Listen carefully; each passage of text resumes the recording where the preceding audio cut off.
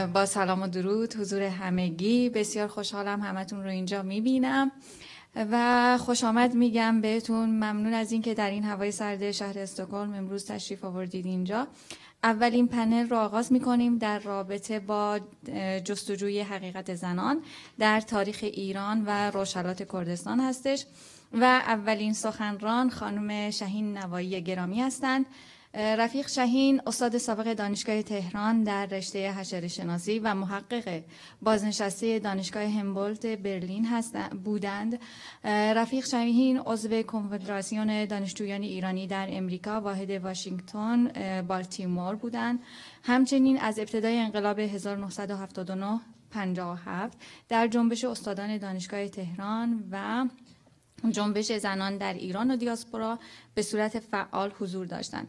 رفیق شهین همچنین از پایه‌گذاران اتحاد ملی زنان، بزرگترین تشکل مستقل زنان در اسفند ماه 1357 در ایران بودند. از سال 1362 در اروپا به فعالیت‌های خودشون در حوزه زنان ادامه دادند و امروز رو همراه ما هستند در این پنل. رفیق شهین جان بفرمایید.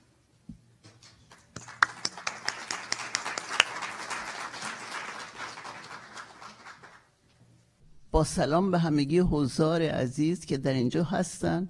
خیلی خوشوقتم، با تشکر از برگزار کنندگان که منو به اینجا دعوت کردن که در خدمتتون باشم و بتونیم با همدیگه در این 2 روز راجع به مسائل مهم جنبش زنان تبادل نظر کنیم.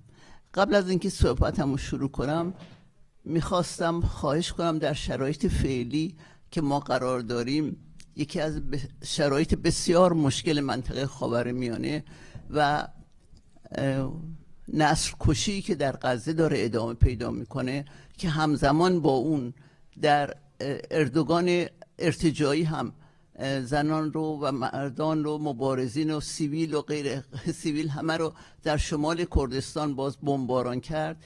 میخوام همگی بایستیم و 30 ثانیه برای این جمعیت بسیار زیاد که اکثرشون هم زنان و بچه ها هستن با همدیگه به احترامشون سکوت کنیم.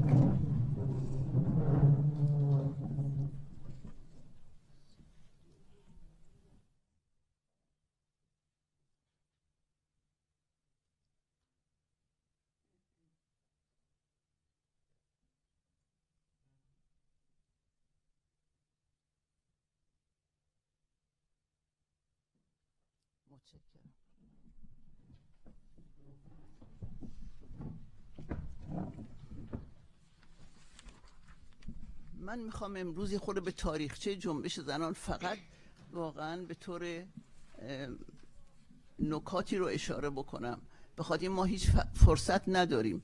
من در این مورد یک بار سخنرانی کردم، بیش از تقریبا 1.5 ساعت بود و تازه همش کامل نشد، ولی اینجا فقط فهرست‌وار به نکات مهم اشاره میکنم. سعی میکنم آخر نتیجه گیری از این تاریخی که بیان میشه برای امروزمون ازش استفاده کنیم و نکات باز مهمی، چون فرصتمون خیلی کم هست در این پنل، امیدوارم در بخش سوال و جواب اینا بیشتر بتونیم باز کنیم. در مورد به هر حال تجمع زنان و جنبش زنان اگر بخوایم اسمشو بگذاریم و مبارزه زنان اگر بخوایم اسمشو بذاریم، اولین نشانه هایی که در تاریخ دیده میشه برمیگرده به قرن 16 میلادی در دوران در حقیقت صفویه. در دوران صفویه زمانی که شیعه مذهب رسمی ایران میشه و لباس رسمی برای زنان شهری به خصوص تعیین میشه، چادر سفید و روبنده سفید. البته در اون موقع 80% از زنها بیشتر در شهرستان، در دهات زندگی میکنن، یعنی مردم ایران، و به این ترتیب ادیان مختلف، ملیت‌های مختلف و زنان دهاتی همه لباس‌های خودشونو داشتن، ولی بخش اعیان و شهرنشینان مجبور بودن از این اطاعت کنن. در این زمان ما نامی میبینیم از جمع‌های زنان. جمع‌های زنان چه کار میکردن؟ متاسفانه تاریخش تا اونجا که من دنبال کردم شناخته شده نیست. این هم بر زنان جوان فعال ماست که واقعا باید تاریخ رو دوباره خوند و دوباره یاد گرفت ازش. در این زمان کتابی منتشر میشه، جزوه‌ای منتشر میشه به نام عقاید النساء عقایدالنساء رو آقا جمال خانساری نوشته که اون به دربار صفویه شکایت میبره که این جمع‌های زنان بالاخره خیلی خطرناکن و باید به شما من هشدار میدم که در این مورد کاری انجام بدین. به هر دوران صفویه دوران خیلی خفقان آوریه در بخش‌های از اون، نه همه پادشاهاش. زمان شاه عباس اندکی آزادی به فضا باز میشه، تجارت خارجی و غیره، به زنان اجازه میده شاه عباس اول که در روزهای چهارشنبه بدون روبنده در 4 باغ و پل 33 پل به گردش بپردازن. این ما میرسیم حالا 2 سلسله دیگه بعد از صفویه هست، میرسیم به دوران قاجاریه. در اونجاها زیاد نکاتی رو نمیبینیم. در دوران زندیه چیزهایی هست به اصطلاح، ولی به طور متاسفانه کار نشده در مورد این دوره هم. در دوران قاجاریه مسئله لباس به این صورت حل میشه که عمدتاً لباس زنان در ایران شامل تنبان هست و سربندهای مختلف. سربند نشانه فرهنگ‌های مختلف بوده، ملیت‌های مختلف بوده و بخش‌های مختلف جامعه بوده به نوعی. ولی زنان درباری و زنان اقشار بالا همشون میباید از چادر مشکی استفاده میکردن و زنان کارگر و روستایی حتی در اینجا از عکس‌هایی که از اون دوران خیلی عکس هست به خوبی میشه دید. و زنان خودفروشی که بودن اینا لباساشون کاملا متفاوت بوده.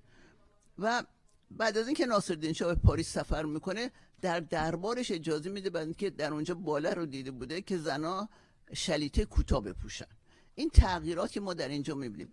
اما در این دوره قبل از مشروطه زنها فعالیت‌های خیلی گسترده‌ای رو در اشکال مختلف میبینیم که انجام دادن. مهمترین خیزشی که در این دوران هست در میانه قرن 18 در میانه قرن 19 ببخشید، در میانه سالهای 1800 زن ویژه‌ای که به اسم زهرا خانوم ملقب به تاج السلطنه است که تاج السلطنه دختر ناصرالدین شاه و او خاطرات خودش وقتی می‌نویسه زن تحصیل کرده‌ایه که چون اعیان در خونه بعضیاشون معلم سرخونه داشتن براشون و او شکایت خیلی زیادی از شرایط زندگی زنان داره.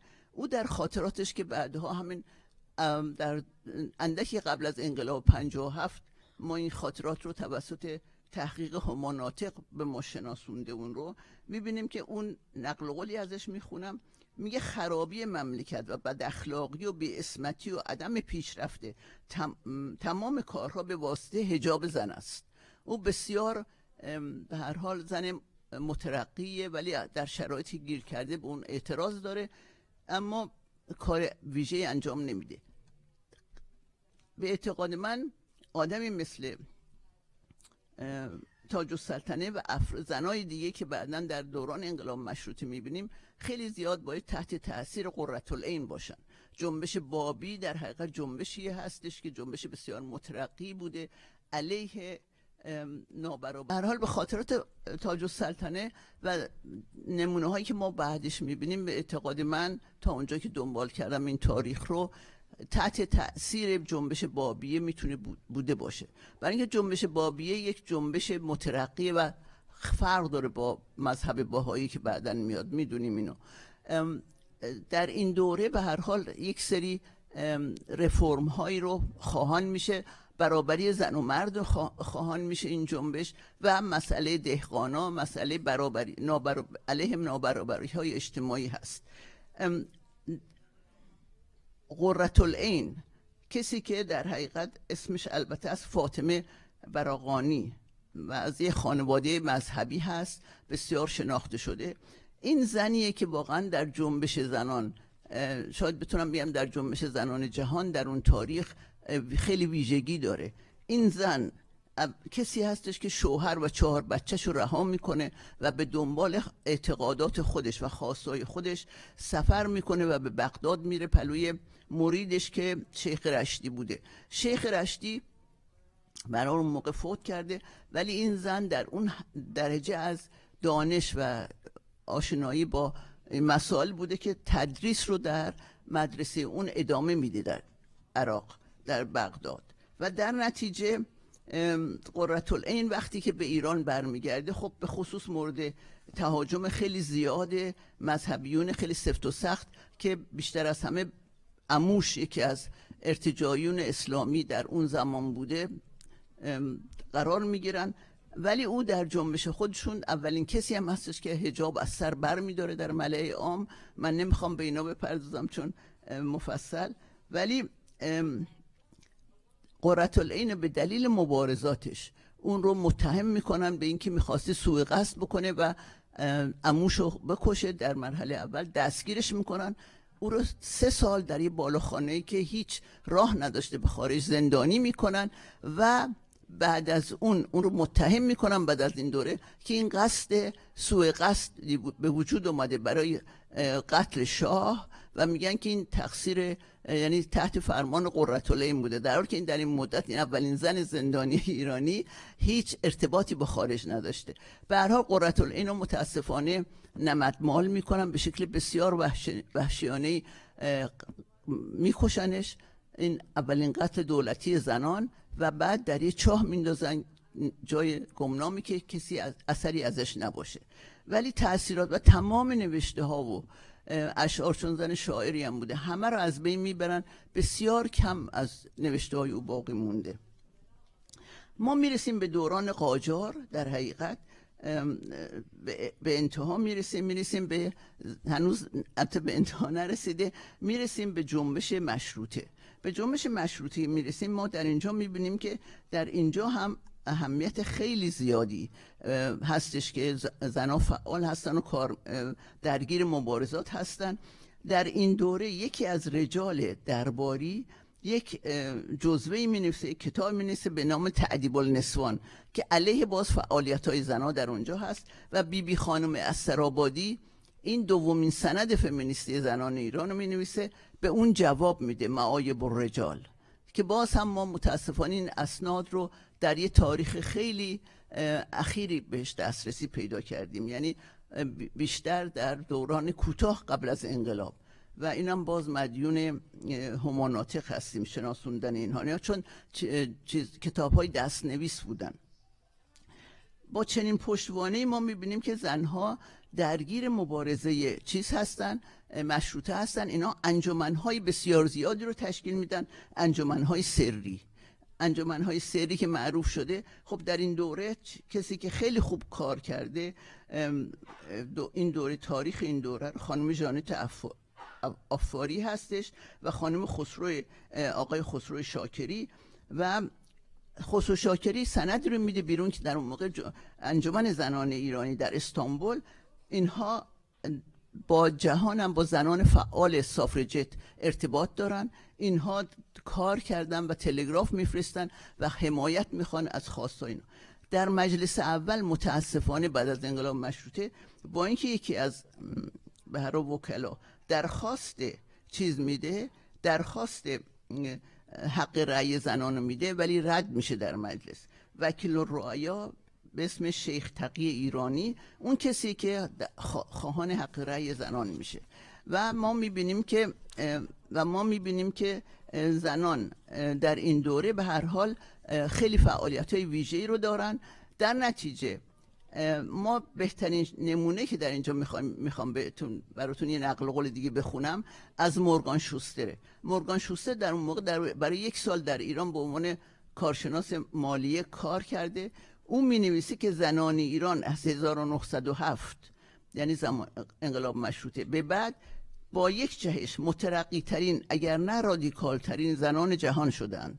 زنان محجبه ایرانی که با تجربه ناچیز، یک شبه آموزگار، روزنامه نویس، مؤسس باشگاه‌های زنان و سخنگوی مباحث سیاسی شدن، کاری کردند که نهضت زنان در غرب 10ها و شاید 100ها سال برای انجام آن وقت صرف کرده بودند.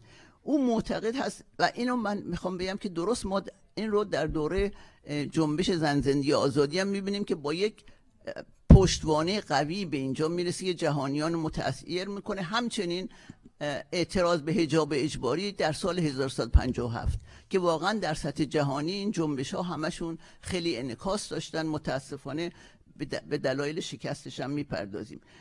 در این دوره بعد از انقلاب بلافاصله بعد از انقلاب مشروطه 16 تشکل سیاسی زنان شکل میگیره، نشریات متعددی میاد بیرون. صدیقه دولت‌آبادی نشریه میده، نوابه صفویه میده بیرون، فخرآفاق پارسا میده. اینا شناخته شده ترینشون هستن، ولی برجسته ترین اونها روشنک نودوست، زن سوسیالیستیه که یکی از مؤسسین جمعیت پیک سعادت نسوان در رشت و مدرسه هم به همین اسم میاد. مبارزه زنان در این دوره به طور آشکار به علیه بیسوادی زنانه. مسئله اصلیشون تأسیس مدارس دخترانه و آموزشه، چون در اون موقع فقط مدارس میسیونرهای خارجی برای دخترها امکان پذیر بوده که برن. به همین دلیل این جنبش خیلی مترقی پیش میره. ولی در زمان رضا شاه که در این دوره هست، رضا شاه در 1310 بعد از اینکه قانون میگذرونه تمام جنبش، تمام فعالیت‌های اجتماعی رو همه رو ممنوع میکنه و یک جریان درست میکنن به عنوان کانون بانوان که میگه هر کس میخواد فعالیت کنه فقط میتونه در این چارچوب باشه. همون کاری که پسرش کرد و تمام تشکل‌های زنانش که شکل گرفته بود بعد از جنگ جهانی دوم در ایران و رفتن اون و جانشین شدن محمد رضا شاه پهلوی، اون هم همین کارو کرد که سازمان زنان رو درست کردن. تمام تشکل‌های قبلی رو ممنوع کردن، روزنامه‌ها رو بستن و میبینیم ما همین مسئله رو باز تکرار میکنیم در انقلاب 1357. همین اتفاق میفته. بعد از انقلاب 1357 فعالیت‌های خیلی زیادی انجام میشه، تشکل‌های متعدد شکل میگیره که من خودم یکی به هر حال از کسایی بودم که از روز اول انقلاب خیلی درگیر مبارزه زنان بودم و فقط هم تو این زمینه بیشترین نیرومو گذاشتم برای جنبش‌های اجتماعی دموکراتیک و زنان. حالا نتیجه گیری که من میخوام به شما بگم ما از این دوران کردیم این بود که اولا زنان در همون موقع بلافاصله 32 تشکل زنان با هم دیگه آمدن چی رو برگزار کردن؟ آمدن کنفرانس همبستگی زنان رو برگزار کردن. کمیته همبستگی زنان تشکیل شد به خاطر اینکه به پیشنویس قانون اساسی که مجلس خبرگان تعیین کرده بود اونها به اون پرداختن و سندی که از اسناد بسیار مهم جنبش زنانه در این دوره که به تک تک همه اینا برخورد کردن. هیچ کدوم از تشکل‌های زنان به جمهوری اسلامی آری نگفتن، همه بایکوت کردن اون چیز رو و به شدت در مقابلش ایستادن. مبارزات زنان در این دوره بسیار درخشانه و نه تنها علیه اون بلکه علیه قانون قصاص. در همه جا، در بستن دانشگاه، در بستن روزنامه ها میبینیم زنانی که از انقلاب بیرون اومدن در دوره قبل از انقلاب این زنها بسیاری از مرزها رو شکسته بودن. زنان برای اینکه به مبارزه بپیوندن میباید بسیار اول اصلا باید در بیفتن با مرد سالاری که مستقیم از خانواده به اونها اعمال میشه و بعد با سیستم مرد سالار جامعه. بنابراین ما در اینجا خیلی کوتاه من میخوام بخونم نتیجه گیری که میخوام بگیرم از اینها. متاسفانه من نمیرسم به بخش‌های بیشتری بپردازم در اینجا، خیلی فرصت کمه. ما میباید این توجه داشتیم استقلال جنبش زنان رو به هیچ وجه نباید فراموش بکنیم. این شکستی رو که جنبش زنان بعد از انقلاب 57 خورد یک مقدارش ناشی از این شد و از اتفاقا در این دوره ما میباید از خصوص از جنبش کوبانی و دیگران هم این درس رو بگیریم که استقلال این جنبش ها چقدر اهمیت داره که باقی بمونه.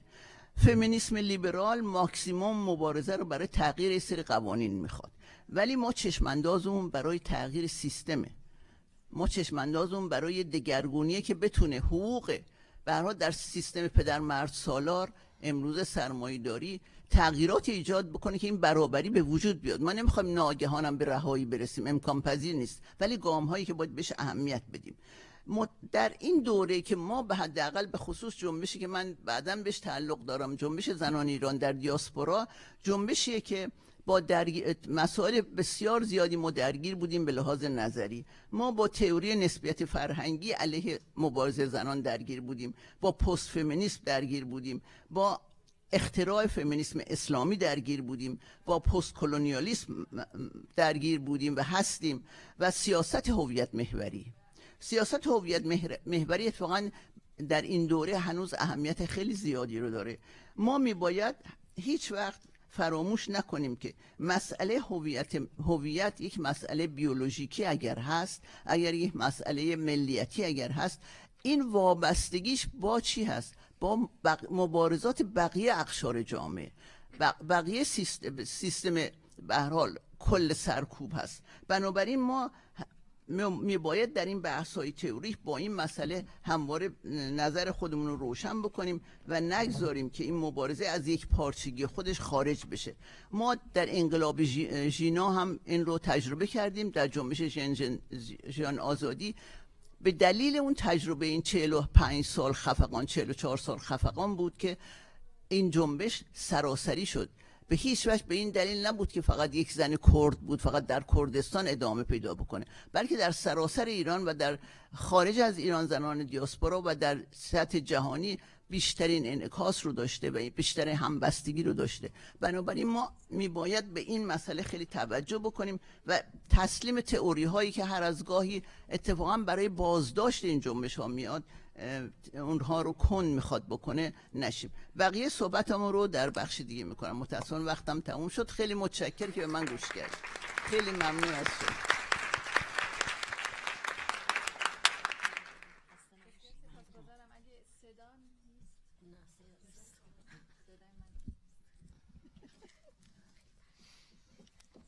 الان صدا نه، من هنوز فکر کنم صدا بهتره الان.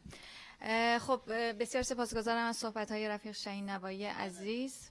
فکر کنم صدا باشه. چرا دارم. پنلیست دوم ما خانم شهره قنبری هستند. رفیق شهره فعال سیاسی، هنرمند نقاش و زندانی سیاسی سابق. تحصیلات خودشون رو در دانشگاه ملی در رشته انفرماتیک به اتمام رسوندن. بعد از مهاجرت به کانادا در رشته علوم دندانپزشکی به تحصیلات خودشون ادامه میدن. رفیق شهره از فعالین سیاسی و دانشجویی بعد از انقلاب بوده و در جریان سرکوب‌های 1360 1981 دستگیر و نزدیک به 7 سال در زندان حبس بودند. بعد از ترک ایران با پیوستن به فعالین سیاسی و زندانیان سیاسی سابق در خارج از کشور به فعالیت‌های خودشون ادامه دادند و در جنبش دادخواهی و حضور فعال در اعتراضات سیاسی اجتماعی همراه بودند. در کنار این فعالیت‌هاشون با اعتقاد به این که مهم بودن نقش هنر در حفظ حافظه تاریخی، به فعالیت‌های سیاسی و هنری خودشون با کشیدن نقاشی در رابطه با زنان، زندان، کشتار جمعی و تبعید به مبارزه ادامه دادن. رفیق شهره جان خوش آمدید. بفرمایید. صدا دارم؟ دارم. خیلی ممنون از با معرفی کردی. خب منم سلام و درود میفرستم به تک تک شما عزیزان که امروز در این کنفرانس شرکت کردین و خیلی خیلی خوشبختم که تونستم تو این کنفرانس در کنار شما باشم. با بحثی که شاهین عزیز کردن به هر حال قرار شد که یه تقسیم کاری باشه و من خودم شخصا نمیپردازم به تاریخ به هر حال جنبش زنان، بین رفقای دیگه مسئولیتشو به عهده دارن. صحبت‌های من امروز مشخصاً فوکس من روی وضعیت ویژه زنان در زندان‌های جمهوری اسلامی هست و با توجه به تجربه شخصی خودم قرار بر این شد که بیشتر روایتگونه باشه تا بحث به هر حال تئوریک. این جنبش زنان از دیرباز در هر دوره اجتماعی به تناسب و جایگاه اجتماعی سیاسی خودش نقش آفرینی‌های بسیار مهمی داشته که تأثیرات کوتاه مدت یا عمیقی بر جریان‌های اجتماعی سیاسی و فرهنگی زمان خودش میذاره. امروز ما این کنفرانس رو در شرایطی برگزار میکنیم که اختناق، فقر، بیکاری در جامعه بیداد میکنه و به طور اخص زنانی در یکی از سخت‌ترین دوران تاریخ اجتماعی خودشون به سر میبرن. از کودکان کار تا تنفروشی زنان، ازدواج‌های زود هنگام، اعتیاد، فروش نوزادان تا فروش جنین به دنیا نیامده. خودسوزی و آمار بالای خودکشی در زنان تا متاسفانه زنانه شدن فقر که در جامعه ماتم زده ایران الان شرایطی که واقعا درش اتفاق داره میفته. اما در کنار این نابسامانی ها حضور پررنگ زنان در تمام عرصه های اجتماعی و ایستادن در صف اول مبارزه، حتی در برخی از اعتراضات داشتن نقش رهبری زنان به خوبی برجسته بوده و هست. اوکی، من فقط چون فرصت کمه مجبورم به هر حال من سعی می‌کنم آروم‌تر بخونم چون دارن ترجمه میکنن. به هر حال اون چه که سال گذشته در جنبش ژینا مهسا اتفاق افتاد و ما شاهدش بودیم که در بسیاری از موارد دختران و زنان جوان بودن که پیشقراولان بسیاری از اعتراضات خیابونی بودن. به هر حال صحبت من همونطور که گفتم در ارتباط با وضعیت زنان در زندان هاست و سریعتر میرم سر اون مسئله. سپیده قلیان که فکر می‌کنم همه میشناسینش، وقتی که بعد از اولین باری که دستگیر شده بود و آزاد شده بود، علیرغم خطرات خیلی زیادی که براش بود، جلوی دوربین اومد و گفتش از آزارا و تهمت‌های جنسی صحبت کردش. او که به اتهام سیاسی دستگیر شده بود ولی چنان مورد آماج اتهام‌های جنسی قرار گرفته بود که تهدید میشه که اگه پدر و برادرت بفهمن سر تو رو خواهم برید. یعنی اتهام جنسی و در تفکر مرد سالار زن ستیز اسلامی این حق رو به برادر و پدر سپیده میده که اونو به خاطر انحراف اخلاقی و فکری از نظر اونا به قتل برسونه. سپیده از ضربات شدیدی که به سینه های او زدن گفت و فاحشه خطاب کردنش. او و بسیاری دیگر از زنان و دختران جوانی که به وسیله ماموران حکومتی دستگیر شدند، همه در یک چیز مشترک هستند: در هتک حرمت جنسی و تعرض جنسی. تمام اینها برای من یادآور روزهای زندان و اون چه بر سر زنان زندانی در دهه 60 آمد است. اینکه هنوز و در همین لحظه که من و شما در اینجا نشستیم، این آزارها در سلولهای انفرادی و اتاقهای بازجویی کماکان ادامه داره. مرد سالار با قوانین اسلامی تماما زن را نه به عنوان یک انسان با حقوق برابر، بلکه یک کالای جنسی در بخش‌های مختلف جامعه مورد ستم قرار میده. در دوران 2 ساله کوتاه بعد از انقلاب شاهد حضور همه جانبه زنان ما در حرکت‌ها و اعتراضات سیاسی اجتماعی بودیم، اما به زودی با سرکوب و حمله به آزادی‌های دموکراتیک دستگیری‌ها و اعدام‌ها آغاز میشه و زندان‌ها مملو و لبریز از فعالین سیاسی، زنان مبارزی که نیمی از جامعه سیاسی و مبارزاتی رو تشکیل میدادن مورد تهاجم قرار میگیرن و راهی زندان‌ها میشن. اما زنان شرایط ویژه‌ای به خاطر زن بودن در زندان‌های حکومت اسلامی و مشخصا فوکس من در مورد دهه 60 است که به نظر من کمتر بهش پرداخته شده و خیلی هم مهمه. در زندان‌های جمهوری اسلامی زنان جدا از اون که به عنوان یک فرد سیاسی تحت سخت‌ترین شکنجه برای اقرارگیری قرار می‌گرفتند، حالا ستم‌ها و آزارهای دیگری هم به خاطر زن بودن باید متحمل می‌شدند.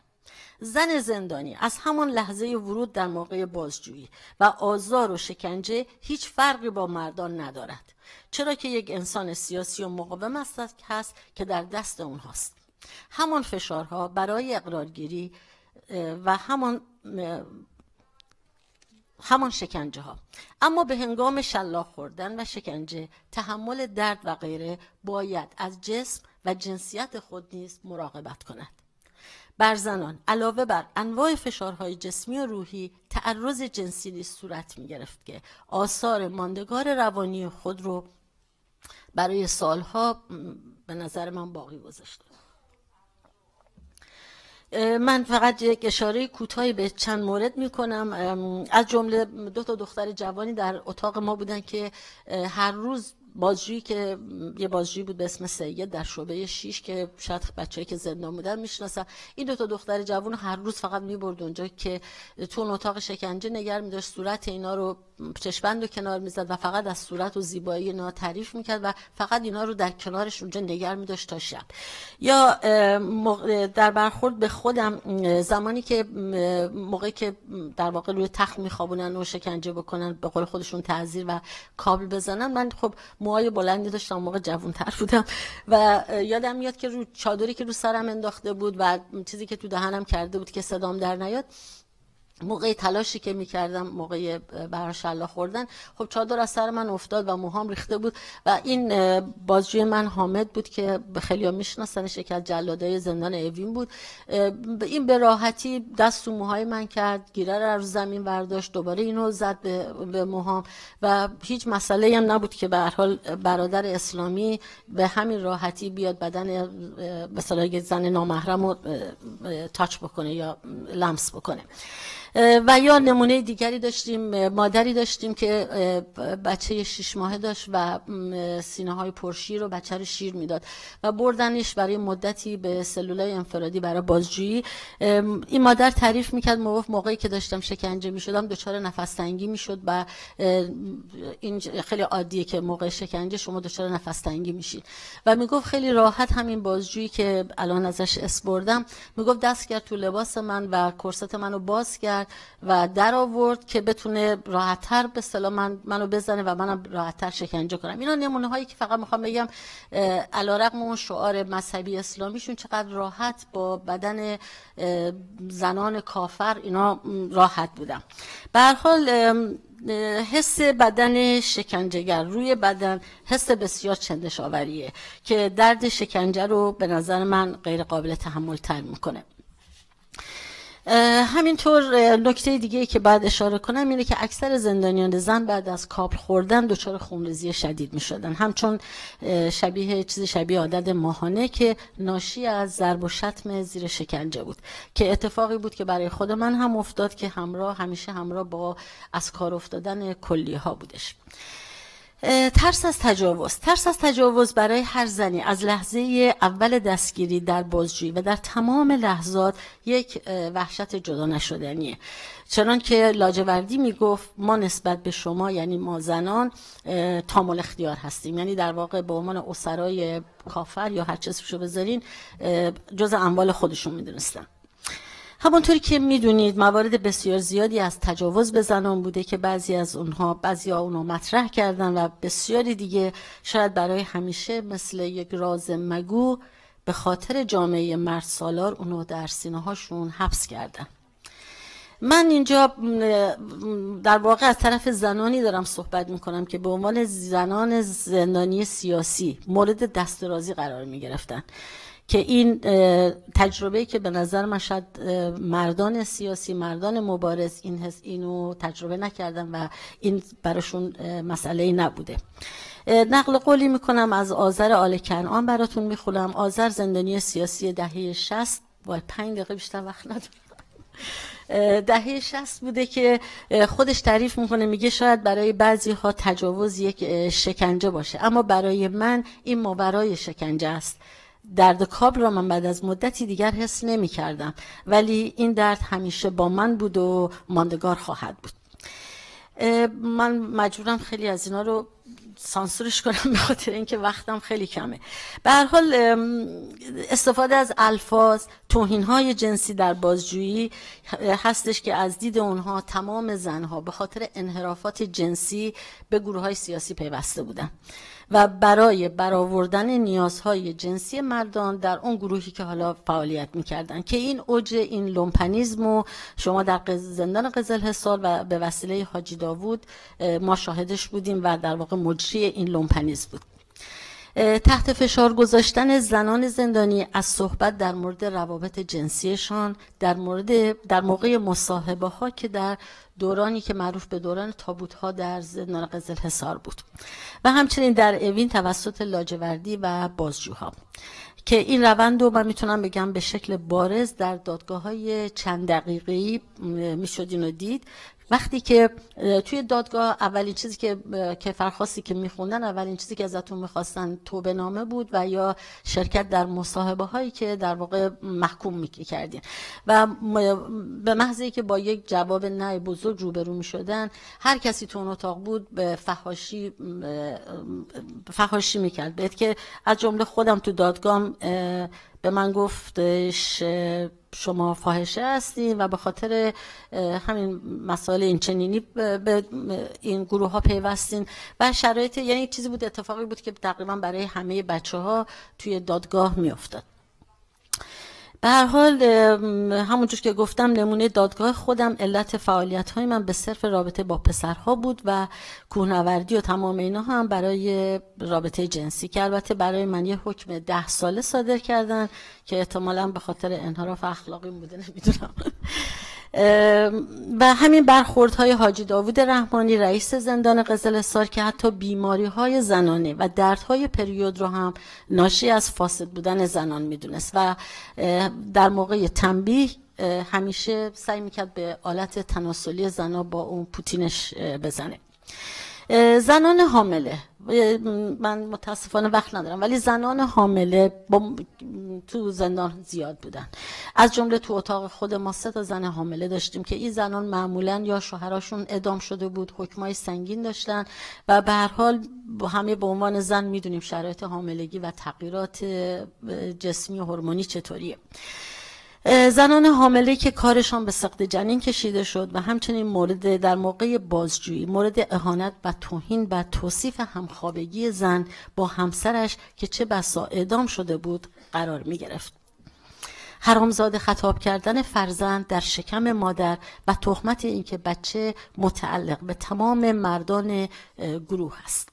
به هر حال شرایط غیر انسانی دوران حاملگی زایمان در بهداری زندان که با خشن‌ترین رفتارها در هنگام به دنیا آوردن فرزند روبرو بودند، نبود امکانات پزشکی و درمانی و مشکلات و بیماری‌های بد که فکر می‌کنم همه به خوبی می‌دونن. به هر حال من مجبورم از یک سری بگذرم و کودکانی که در زندان بودن، کودکانی که در واقع نوزادانی که به دنیا می اومدن بعد سریع از مادرها جدا می شدن و میتونین حدس بزنین که چه شرایط سخت و تلخی برای مادرها بود. مادرایی که در جلوی چشم فرزندانشون شکنجه شده بودن و همیشه استفاده از کودکان برای اقرارگیری و برای به ضعف کشوندن این مادرها چیزی بود که در زندان بسیار بسیار شما اینو میدیدین. یه اتفاق دیگه هم که میافتاد و من دلم میخواد اینجا بگم، مادرانی بودن که فرزندانشون بعد از یه مدتی باهاشون بیگانه میشدن. اتفاقایی که میافتاد، مادری رو مثلا برای میبردن زیر بازجویی، بچه توی اون بند باقی میمون و معمولا رفیق دیگه یا از همبندی های دیگه مسئولیت اون بچه رو به عهده میگرفت و مادر وقتی بعد از چندین ماه برمیگشت و بعد از شکنجه های زیاد، این بچه دیگه برای مادر غریبه بود و شاید بگم یکی از تلخترین لحظاتی بود که بچه به مادر رابطه برقرار نمی‌کرد و زمان طولانی طول می‌کشید که دوباره بچه بتونه با مادر خودش اداپت بشه. و یا موردی داشتیم، زن کردی بود که فرزند 3 سالش رو حاجی داوود معتقد بود که این بچه حرامزاده است و اینو به خانواده‌اش هم گفت و متاسفانه پدرش هم با تفکری مرسالارانه اتفاقا شرط آزادی این دختر رو گذاشته بود که بچه رو نیاره و این بچه، من یادم میاد در روزی که بچه رو گذاشت تو بند و بدون هیچ چیزی و این مادر آزاد شد و میتونم بگم هنوز صدای گریه های بچه توی ذهن من هنوز هست. من میتونم اشاره سریع بکنم به ازدواج های اجباری با بازجویان و پاسدارا به خاطر شرط ازدواج برای حکم اعدام که توی زندان‌های مختلفی این بوده و مسئله دیگه مسئله تجاوز به دختران باکره قبل از اعدامه که من فکر کنم بعد اینو بخونم و تمومش بکنم که بر طبق قوانین اسلامی همونطور که میدونین اگر دختر باکره اعدام بشه به بهشت میره. پس باید این مسئله رو قبل از اعدام حل میکردن. برخی از خانواده ها آثار و علائم تجاوز را بر بدن دختران اعدام شده خودشون دیدن. رفیق خودم که در 7 مهر 60 دستگیر اعدام شد، بعداً مادرش میگفت من موقعی که جسد رو تحویل گرفته بودن و در یکی از روستاها برده بودن دفن میکنن که میگفت تمام آثار تجاوز روی بچه خودم دیدم. یا نمونه دیگه من دلم میخواد حتما اینجا از 2 رفیق بسیار عزیزی فریبا فرشی و ماریا ترقی اسم ببرم که از زنان کرد بودن که تبعید شده بودن به زندان قزلحصار و این بچه‌ها 2 تاشون حکمشون اعدام بود، ولی برام تعریف می‌کردن، میگفتم تقریبا اکثر زنان کرد در سنندج قبل از اعدام مورد تجاوز قرار گرفتن و میگفتن برای ما اصلا مسئله اعدام مسئله نیست، ولی نمیدونیم مسئله تجاوز رو در واقع چجوری هندلش بکنیم. به هر حال من مجبورم صحبتمو تموم بکنم اینجا، ولی فقط خواستم اینا در واقع یک گوشه هایی از اون چه فشارهایی که بر زنان در کل جامعه هست و در زندان جمهوری اسلامی که در واقع نمونه کوچکی از همون جامعه تحت فشار هست، اینو من اینجا باهاتون در واقع به اشتراک بذارم. نمیدونم چقدر وقت دارم که اشاره به جنبش دادخواهی هم میخواستم بکنم که نیست. به هر حال خیلی ممنون از اینکه به صحبت‌های من گوش کردین. بخش بعدی صحبتام در قسمت بعدی. مرسی، خیلی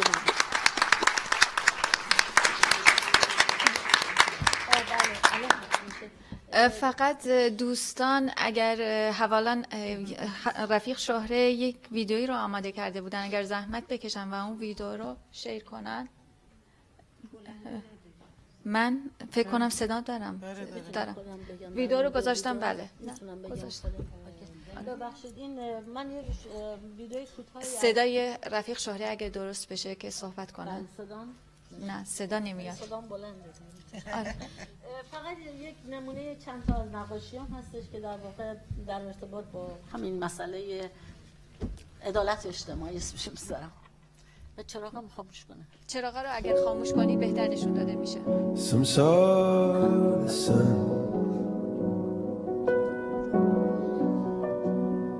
some saw the smoke, some heard the gun, some bent the bow.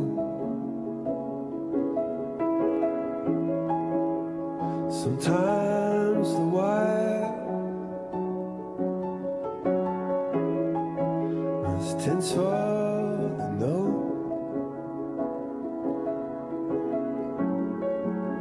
We're caught in the fire.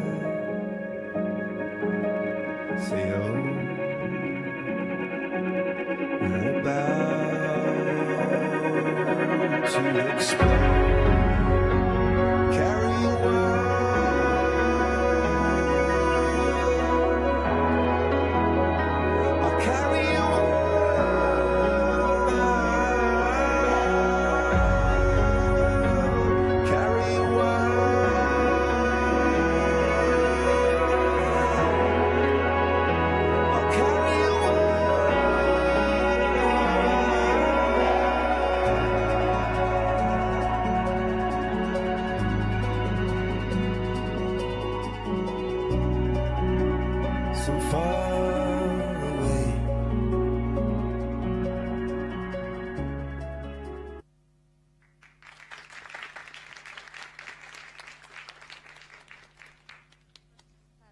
از رفیق شهره عزیز و یاد و خاطره تمامی زندانیان سیاسی و مبارزین اعدامی گرامی باد.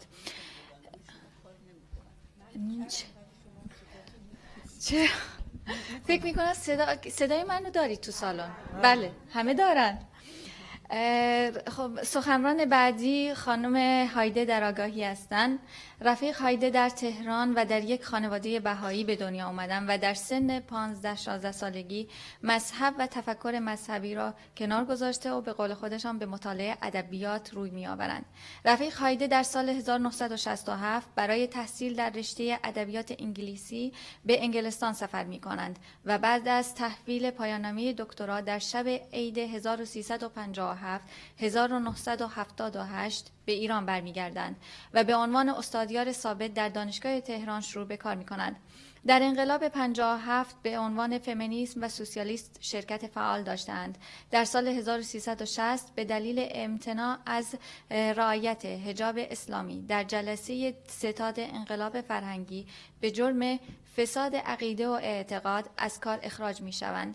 فعالیت‌های رفیق هایده عمدتاً در همکاری با حزب کومله بوده است و بعد از متلاشی شدن تشکیلات کومله در تهران به کردستان سفر می‌کنند و تا زمان اعزام به سوئد 1 سال و 10 ماه را در اردوگاه‌های حزب کومله حضور داشتند. بعد از آن هر نوع فعالیت تشکیلاتی دست می‌کشند و به کار روی مسائل مربوط به زنان می‌پردازند و امروز در اینجا حضور دارند. رفیق هایده جان بفرمایید، خواهش می‌کنم. من نمیدونم این کار این درسته کار میکنه. من صحبتایی که میخوام بکنم در عمل واقعا در ادامه صحبتهای شهینه و نقطه محوریش 8 مارس 1979 8 مارس 1357 که یه نقطه عطفیه در مبارزات زنان ایران بی تردید. همه میدونیم که جریان 8 مارس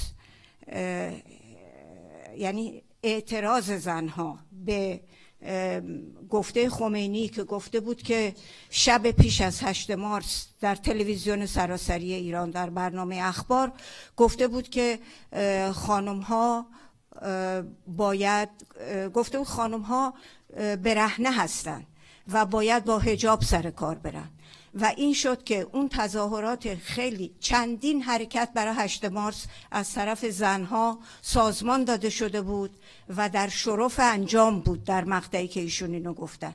یکیش تظاهرات بزرگ زنها بود که در واقع جشن سلبریشن قدردانی از 8 مارس بود، قرار نبود تظاهرات اعتراضی باشه و برای اولین بار بود در تاریخ مبارزات زنان ایران که زنها نه به صورت محفل‌های درون خانه‌ها بلکه به صورت علنی و بیرونی در خیابان می آمدن. یه حرکت دیگه‌ای که من سازماندهش بودم یه جلسه سخنرانی حول مسئله زنان در تالار فردوسی دانشگاه تهران بود که خودم اونو برای اون روز رزرو کرده بودم. یه پوستر خیلی زیبایی داده بودیم، چاپ کرده بودن با شعار آزادی زن معیار آزادی در هر جامعه است و این برای من مسئله زنان به خاطر اینکه تقریبا همون موقع یعنی چند ماهی قبل از اون از انگلستان برگشته بودم و در معرض موج عظیم فمینیسم دهه 1670 اواخر دهه 1670 قرار گرفته بودم به خاطر حضورم در فضاهای آکادمیک در خارج کشور و وقتی که آمدم ایران بدیهی بود که مسئله سوسیالیسم برای من از مسئله زنان قابل تفکیک نبود. در نتیجه تو این عرصه ها به طور مشترک همکاری میکردیم. بسیاری از متفکرین فمینیستی غرب در اون دوره که اصلا در ادامه اون جنبش به امر زنان میپردازند، کار سیاسی و تحقیقی میکردند، این مسائل رو ریشه یابی میکردند و این ریشه یابی ها هم ریشه یابی های طبقاتی داشت، هم ریشه یابی های فرهنگی داشت، هم ریشه یابی های سیاسی داشت. من در پایان صحبتم اگر فرصت بکنم در چند جمله خواهم گفت که چگونه این جنبش عظیم و زیبا در شرایط فعلی فمینیسم غربی به بیراه رفته.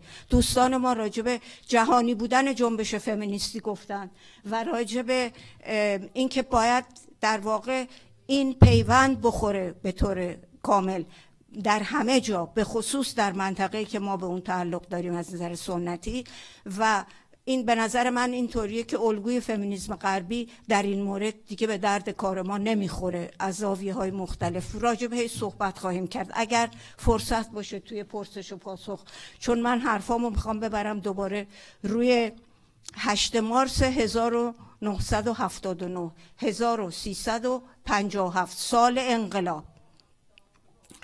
ما تو تالار فردوسی بودیم و سخنرانی داشتیم و یک بار دیدیم درهای سالن که پر آدم بود و اصلا دیگه جایی نشستن نبود، درها بسته بودن، با فشار خیلی شدید باز شد و یک سیلی از زنها آمدن تو. من رفتم جلو ببینم چه خبره، دیدم که اینها خیس، چون که اون روز در تهران برف می آمد، و عصبانی و مورد اهانت قرار گرفته گفتن شماها اومدین اینجا جلسه گذاشتین، بیاین ببینین با ما چه کردن تو خیابونا. حزب اللهی هایی که اون موقع هنوز مسلح نبودن ولی بعضیاشون چماق داشتن از همون موقع، به همین دلیل اسمشون شد چماق به دست. اینها به صفوف تظاهرات اینا حمله کرده بودن. بعضی از اینها رو به کوچه های بنبست هل داده بودن، آلت تناسلیشون رو در آورده بودن، گفته بودن آزادی میخوای بیا بگیر. یعنی این درجه از رذالت و حقارت و مرد ستیزی من فکر نمی کنم تو هیچ بخشی از زن ستیزی، مرد سال، تو هیچ بخشی از جنبش زنان به این صورت. این دیگه سمبولیک نیست، این خیلی ملموس و عادی جلوی چشم. و به دنبال این حرکت طبعا ماها به اون جمع پیوستیم. من اون موقع شاهین رو نمیشناختم، شاهین هم یعنی در دانشگاه تهران تدریس میکرد، ولی در همین جریان ها ما با هم آشنا شدیم از همون موقع. و بعد از این تظاهرات، یعنی اعتراض زنها به این قضیه، تا 6 روز ادامه داشت این حرکت به صور مختلف. رفتن جلوی رادیو تلویزیون همون شب تظاهرات، به جای اینکه راجع به این قضیه نوشته بشه یا بحث بشه، آقای قطبزاده که بعداً خودش بیچاره اعدام شد، رئیس رادیو تلویزیون، چند تا زنو که به قول اونها زنهای تنفروش و خزپوش، اینا چیزای کتای مینک تنشون کرده بودن که بگن اینا زنهای تلفنی هستن. و من گفتم اگر تعداد مثلا فرض کنید تظاهرات که 20,000 نفر بود، اگر در تهران 20,000 زن تنفروش هست، دولت باید اصلا برنامه‌شو عوض کنه به جای اینکه چیز بکنه. ولی اینو پشت تلویزیون رسمی جمهوری اسلامی نشون دادن. یه مسئله خیلی مهم اینه که در اون مقطع از تاریخ ایران آگاهی فمینیستی در درون جنبش، حتی جنبش چپ و جنبش انقلابی، یا اصلا وجود نداشت یا بسیار ضعیف بود.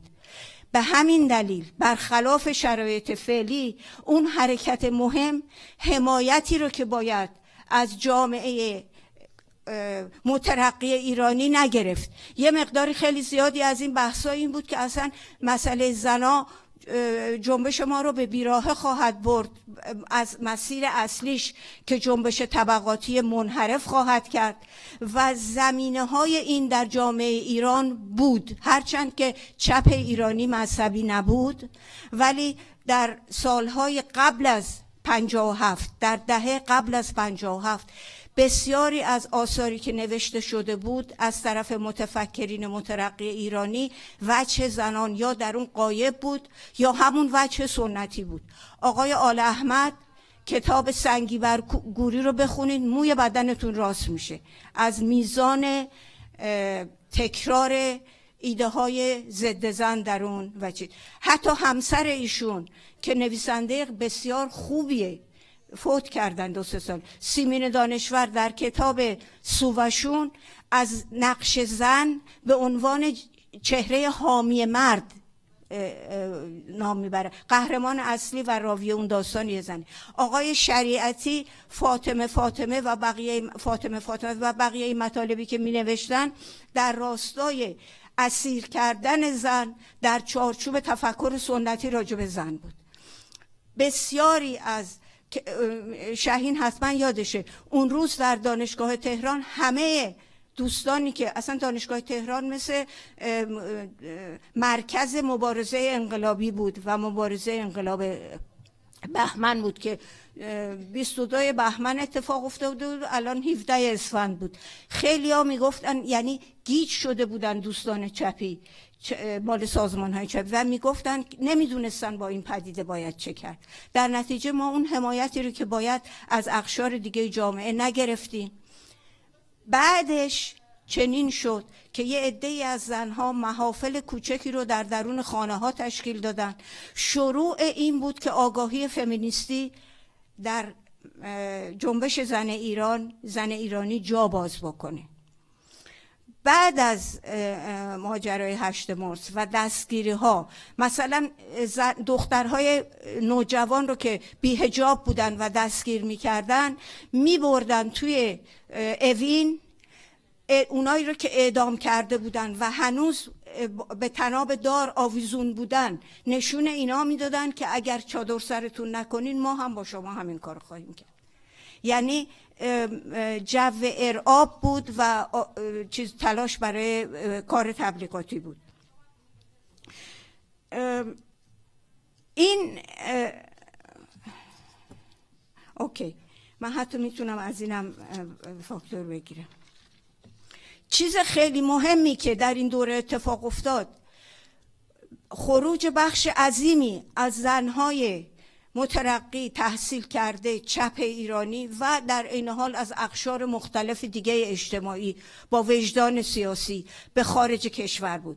بخش عظیمی از تحولاتی که جنبش فعلی زن ایران رو موجب شده به خاطر وجود یک جنبش قوی فمینیستی ایرانی در خارج کشور بود که این یه تسمه نقاله‌ای بود.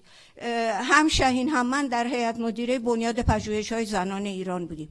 بنیاد پژوهش‌های زنان ایران یه تسمه نقاله‌ای بود برای بردن ایده‌های فمینیستی به درون ایران، برای آوردن فعالین جنبش زنان به خارج کشور و شناساندن اونها به جنبش فمینیستی زنان در همه جا، داخل کشورهایی که اینها توش مقیم بودن.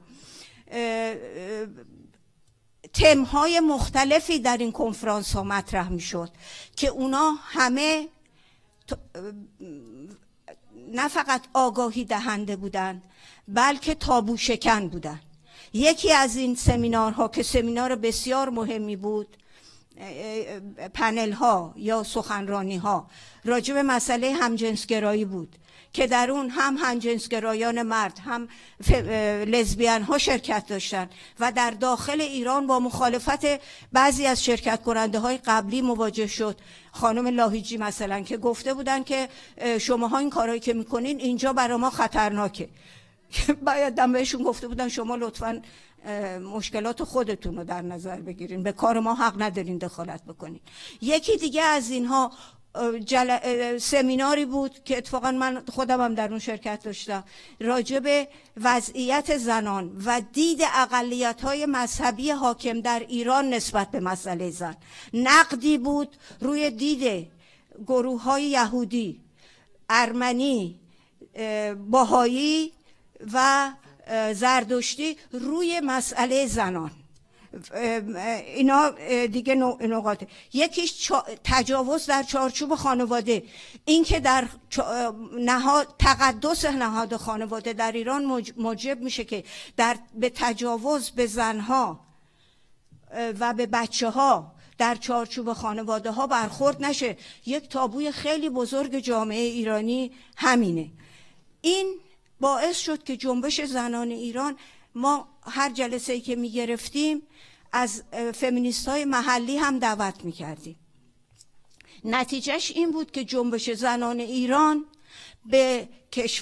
البته نه فقط از این طریق بلکه از طریق فعالینی که در اونجا با سازمان‌های زنای اروپایی، آمریکایی، کانادایی در ارتباط بودن شناسونده بشه. استقبالی که الان داره از طرف جنبش جهانی زنان از ژنژیان آزادی میشه به خاطر اینکه بی سابقه نیست. یه سابقه جا افتاده‌ای در خارج کشور داره و همین در همین دوره هم زنان ایران در شرایطی است که جنبش فمینیستی غربی چنان به بیراه رفته که اساساً بعضی از مقولاتش گیج کننده است. یکی از اونها آکادمیک شدن جنبش زنان بود، یعنی از خیابان بره به آکادمیا، به جای اینکه مبارزه در هر دو سطح همسو جریان داشته باشه. یکی دیگه از اینها مسئله تزهای فرهنگگرایی بود که شما اصلا چی میگین؟ فرهنگ ما یه چیز دیگه است، فرهنگ غربی رو ما و فرهنگگرایان غربی هم روی همین قضیه چیز میگن. یکی دیگه از اینا مسئله زنان در قدرت سیاسی بود. گویا نبودن زنها در قدرت سیاسی علت نبودن زنها در قدرت سیاسی هم هست. می آمدن یه تعدادی، همین الان داریم میبینیم در اروپا چه خبره، حضور زنها در قدرت نبودن زنها در قدرت سیاسی عارضه عدم برابری در سطوح مختلف عمیق‌تر جامعه است. علتش نیست اینکه شما چند تا زن رو میذارین در موضع سیاسی و خیلی جاها الان این کاملا جا افتاده، این مسئله رو حل نمیکنه. مثل اینی که قرص سردرد بدین، ظاهر قضیه رو دارین درست میکنین، باطن قضیه به جای خودش هست. یه مسئله دیگه ای که بود همین جنبش میتو، من هم به طور ناخواسته رابطه جنسی تحمیل شده به خاطر مناسبات قدرت. زنها رو به عنوان قربانی، نه به عنوان عناصری که خودشون در این قضیه صاحب سهمن و باید به اون هم برخورد بشه که چگونه قدرتگرایی رو در آغوش میگیرن به طور فیزیکی. من میخوام صحبتمو همینجا تموم کنم و اگر سوال یا بحث جدی باشه در فرصت پرسش و پاسخ بهش بپردازه. خیلی خیلی ممنونم از اینکه در حضور شما هستم و این همه چهره‌های تازه در تمام سنین داریم می‌بینیم در همین جمع و در بین کسانی که در سمی پنل‌های مختلف شرکت خواهند کرد. دستتون مریضا.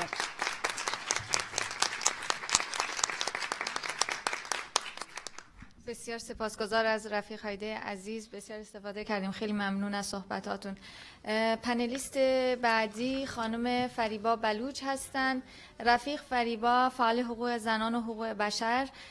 رفیق فریبا در رشته زبان و ادبیات فارسی تحصیلات خودشون رو به پایان رساندن و سابقه 16 سال تدریس در مدارس دخترانی بلوچستان رو دارن.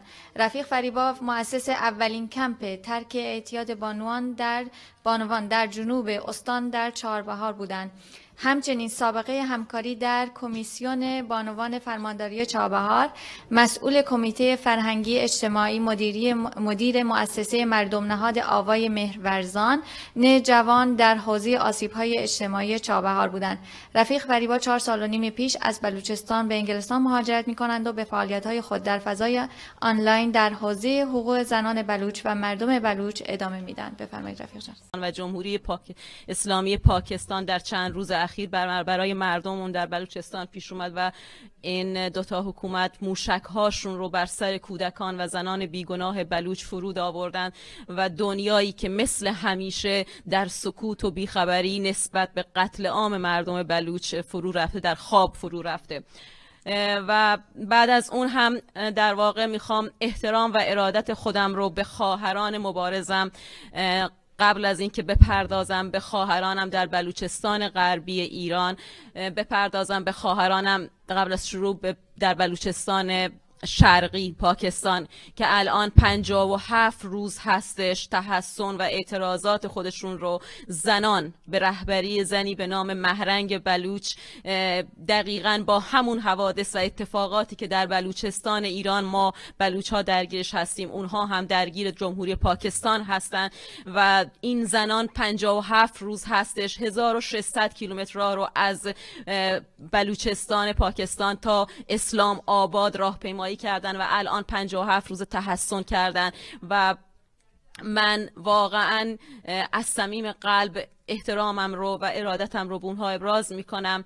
زنانی که شعارشون در تمام این روزها مقاومت زندگی بوده و امیدوارم که همه ما زنان که هدفمون در واقع اون برابری هستش، اون در واقع آزادی و عدالت هستش، یادمون باشه که زنان در جای جای در واقع، مخصوصا من تو بلوچستان میخوام صحبت بکنم، چه در بلوچستان ایران چه در بلوچستان پاکستان با رنجی مشابه درگیر هستن و امیدوارم که این مطلب رو فراموش نکنیم در صحبت هامون وقتی که در مورد رنجی که دنیا خاورمیانه داره در میکشه، جنگ هایی که هستش، حواسمون به این مطلب هم باشه، به این زنان و کودکان باشه.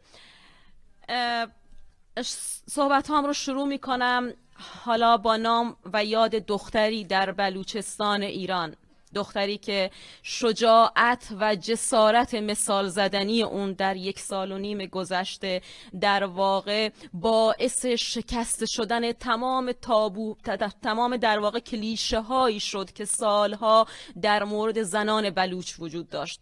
دختر 15 ساله بلوچ، ماهو بلوچ. ماهو من در ادامه صحبت هم حتما در موردش بیشتر میگم، میدونم که وقت کم هستش ولی سعی میکنم سریع بگم. از 1.5 سال پیش ماهو اسمش رمزی شد برای مبارزات زنان در بلوچستان. زنانی که پس از دهه‌ها برای اولین بار دوباره دیده شدن، زنانی که به فراموشی سپرده شده بودن، زنانی که همه خودشون نمیدیدن اون زنان رو ولی همیشه میپرسیدن کجا هستن، زنانی که بودند اما دیده نشدن. سعی میکنم از روی متنم بخونم که مطالب حالا از یادم نره. شروع میکنم برای اینکه این در واقع شکستن این کلیشه ها که از ماهو گفتم، بهتر دیدم که در مورد زنان بلوچ یا به قول دیگران عدم حضورشان در صحنه مبارزه بپردازم. به فرهنگ و تاریخ غنی مردمی که اتفاقاً زنانش نقش پررنگی در اکثر عرصه‌های آن داشته و چه بسا نقش و حضورشون کم رنگتر از مردان نبوده. دوران پیشا مدرن در بلوچستان برخوردار از ویژگی‌های منحصر به موقعیت‌های جغرافیا، فرهنگ و نهادهای اجتماعی خود بود که در آن چارچوب می‌توان وضعیت زنان را فهم و دریافت کرد. انسان‌هایی وابسته به نهادهای اجتماعی در گستره وسیع یک سرزمین کم آب و جمعیتی کم تراکم و شهرهای کوچک، یک رنگ و ساده و سخت جان همانند طبیعتشان. زنانی که بخشی از جمعیت کوشا و پرتلاش این مجموعه بودند. خط و مرزهای خاصی آنها را در وظایف اجتماعیشان از مردان متمایز می‌کرد، چه در عرصه کار و چه در عرصه جنگ و دفاع یا مشارکت یا تصمیم گیری های سخت و مهم. در ساختار زندگی تاریخی پیشامدرن به خوبی میتوان نمونه های بارز این زنان را از طریق متون ادبی و یا اشعار رزمی یا روایت های عاشقانه بی‌نظیر و تاریخی جامعه بلوچ به زیبایی نشان داد. در جوامع سنتی آنچه تفاوت زن و مرد را پررنگ می کند و از برخورداری حقوق برابر دور نگه می دارد، همانا نگه داشتن زن در پستوی خانه و تابو بودن او در ورود به جهان مردانه است. هرچند جامعه بلوچ ارزش و قدرهای سنتی خود را داشته، ولی بسیاری از این ارزشها منحصر به مردان و برتری جایگاه آنان نبوده. هرچند که نمیتوان نقش برجسته و یا برتری مردانه را انکار کرد و یا نابرابر بودن را یکسره مردود دانست، اما وجود و حضور زنان در عرصه‌های به ظاهر مردانه نشان از آن دارد که زنان در جامعه سنتی بلوچستان میدان عملی وسیع‌تری داشتند. در میدان جنگ و رزم که عموماً عرصه‌ای مردانه متصور میشد که برتری مرد از زن در آن به نمایش گذاشته می شود، اما در تاریخ بلوچستان به وفور با شخصیت‌ها و موقعیت‌هایی مواجه می شویم که زن در آن نه تنها از مردان کمتر نقش نداشته، چه بسا برتر بوده. همین برتری او را در موقعیت ستایش آمیزی قرار داده و روایت اونها در اشعار رزمی به یادگار مونده که این امر حکایت از اون داره که ارزش‌های اجتماعی در میان جامعه بلوچ فقط هویت جنسی نداشته، بلکه قابلیت و توانمندی چه زنانه و یا مردانه میتونست از نظر اجتماعی مورد توجه باشه. من اینجا به چند تا مورد تاریخی فقط در حد مثلا کوتاه اشاره می کنم که بدونین در واقع نقش زنان رو در تاریخ بلوچستان، زنانی که نقش برجسته‌ای داشتن، از زنانی که در برهه‌های سخت تاریخی ظرفیت ماندگاری از خودشون به یادگار گذاشتن و تا هنوز هم از حافظه تاریخی مردم بلوچستان پاک نشدن. حضور پرصلابت زنانی چون بانلی در جنگ با پادشاه دهلی، یا زنانی که استقلال اقتصادی و تدبیرشون در مواجه با مشکلات زبان زد بود چون گوهر، یا فریاد و خشم پرصلابت زنانی چون مهناز و گراناز در مراعات حق برابر زن، و یا وجود مادرانی چون مادر میرکمبر و دودا در جسارت بخشیدن به پسرانشان در دفاع از ارزش‌های جامعه بلوچستان، و یا درایت و دوراندیشی زنانی چون گلبیبی یار احمدزهی در مذاکره با ژنرال دایر انگلیسی برای آزادی زندانیان و اسرای بلوچ. اما سوال اینجاست که چه شد در جامعه بلوچستان زنان به ناگاه از اجتماع حذف یا دور نگه داشته شدند؟ آغاز دوران مدرن و تشکیل دولت ملت‌ها برای بلوچ‌ها دورانی خوشیوم نبود. تشکیل دولت ملت‌ها روندی ناخوشایند و دردناک بود و سرزمین بلوچستان توسط انگلیس با کشیدن 2 خط مرزی بین 3 کشور تقسیم شد.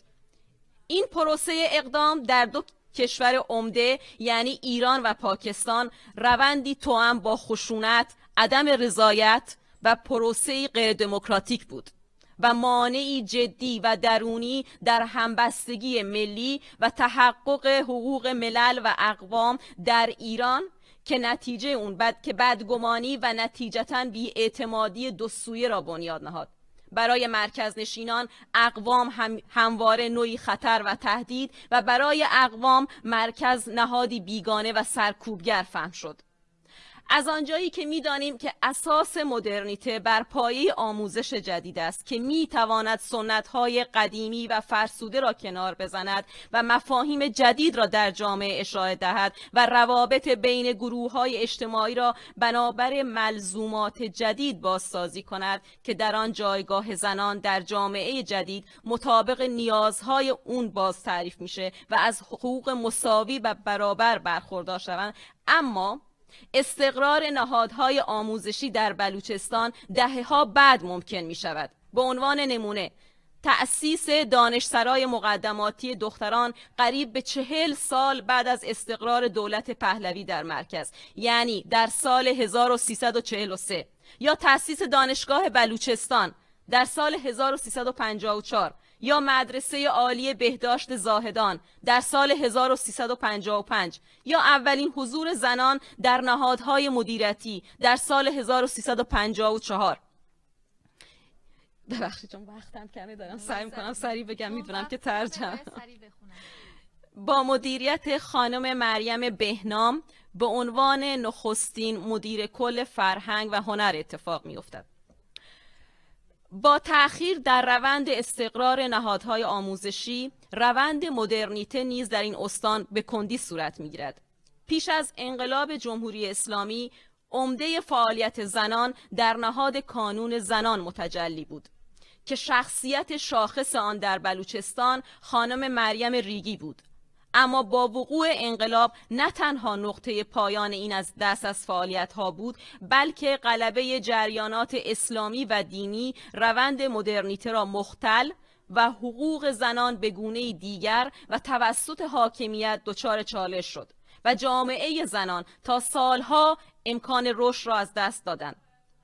اما ظهور جریانات چپ بین قشر تحصیل کرده بود که امکان بالقوه برای وجود و حضور زنان در فعالیت‌های سیاسی را فراهم کرد که متاسفانه با سرکوب روبرو گشت.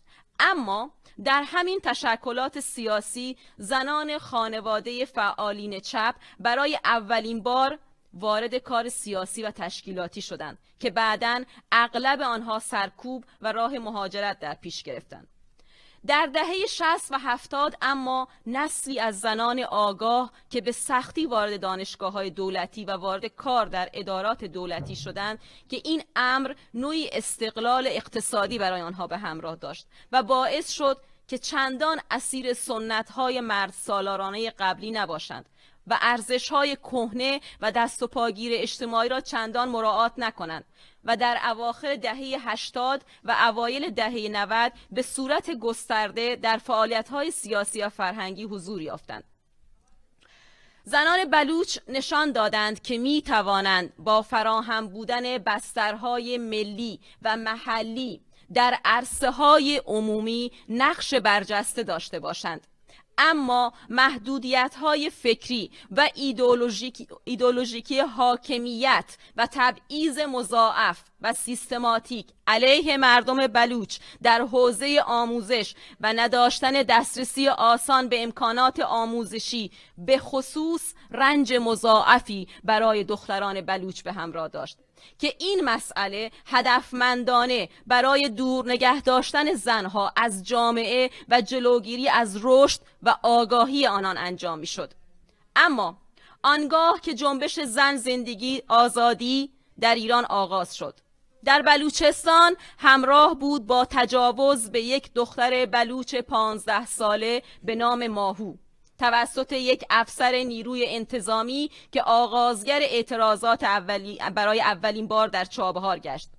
ماهو دختر 15 ساله‌ای که جسارت مثال زدنیش انقلاب بزرگی در بین زنان و دختران بلوچ ایجاد کرد، چرا که دختری که علاوه بر این که در یک محیط کاملا سنتی و مردانه رشد کرده بود و اعلام خبر تجاوز نه تنها رنج قضاوت و رانده شدن از جامعه محلی را برایش به ارمغان داشت، بلکه فرد متجاوز که یک افسر حکومتی بود خود می توانست رنجی دوچندان برایش به ارمغان بیاورد. اما او تصمیم گرفت که سکوت نکند و با این که ممکن بود قربانی شود سخن گفت و بعد از دهه‌ها باعث خلق حماسه‌ای عظیم شد که نتیجه آن شروع اعتراضات در چابهار بود و دستگیری تعداد زیادی از مردم و در بین دستگیر شدگان برای اولین بار تعداد زیادی از دختران بعد از دهه‌ها نیز وجود داشتند.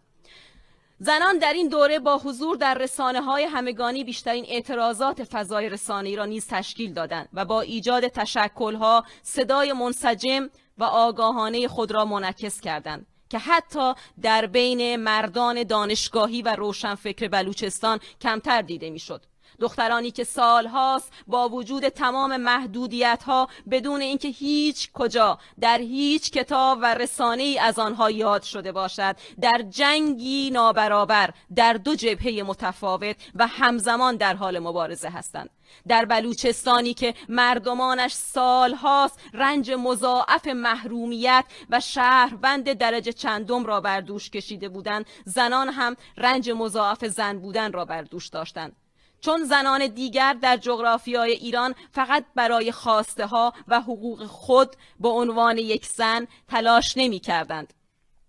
آنها که مهر ناشهروند بیگانه را بر پیشانی خود داشتند، حتی از کمترین امکانات و حقوق اولیه برای زنده ماندن خود و فرزندانشان محروم بودند و مجبور بودند با مشکلاتی چون فقر مضاعف، نبودن امکانات آموزشی، بهداشتی، بیکاری، بیشناسنامگی، بیابی، رنج قتل عامهای هر روزه فرزندانشان، چه با اعدامهای روزانه و چه کشته شدنها به خاطر ناچاری و مجبوری به خاطر سوختبری مبارزه کنند و همزمان هم در محیط خانه علیه مرد سالاری، پدر سالاری، کودک همسری، خشونت خانگی، ازدواج اجباری، قتل‌های به نام ناموس، حق کار کردن و بسیاری از حقوق پایه خود به عنوان یک زن می جنگند. این بار و بعد از شروع جنبش زن زندگی آزادی، این زنان فریادشان را به خیابان کشاندند و با آتش زدن چادرهای مشکیشان که دستاورد حکومت جمهوری اسلامی برای زن بلوچ بود و در فرهنگ و سنت مردم بلوچ جایگاهی نداشت، اما آتش زدن آن چون تابو شکنی نابخشودنی در یک جامعه سنتی بود، اعتراض خود را نشان دادند. شعار نویسی بر روی دیوارها، خواندن سرودهای اعتراضی با موهای رها و آشفته، دست در دست هم تا کمک رسانی و پرستاری از زخمیهای جمعه خونین زاهدان که نه توان مالی برای رفتن نزد پزشک داشتند و نه امنیت، و زنانی که با اعتقادات مذهبی ولی باورمند به آزادی و برابری، با چادر، با شعار مدرن، چه با حجاب چه بی حجاب، پیش به سوی انقلاب به خیابان آمدند، اعتراض کردند، دستگیر شدند، بازداشت و شکنجه شدند، اما سکوت نکردند. با صدای بلند فریاد زدند که ما هستیم، ما سالها بودیم، اما شما ما را ندیدید و نشنیدید. گرچه در تمام این مدت هم باز هم مورد بیمهری و تبعیض از سمت رسانه ها قرار گرفتند، اما الحق و الانصاف با وجود تمام محدودیت ها حماسه آفریدند و مبارزهشان همچنان ادامه دارد. ژن ژیان آزادی.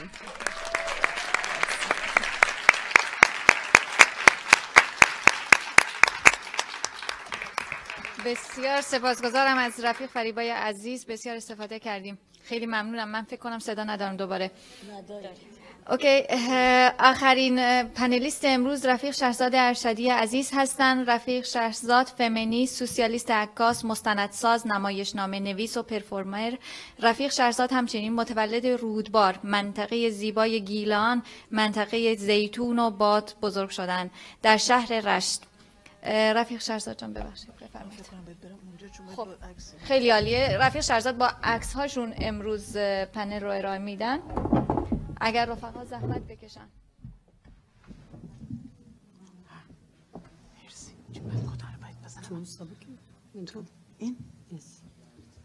این اوکی مرسی.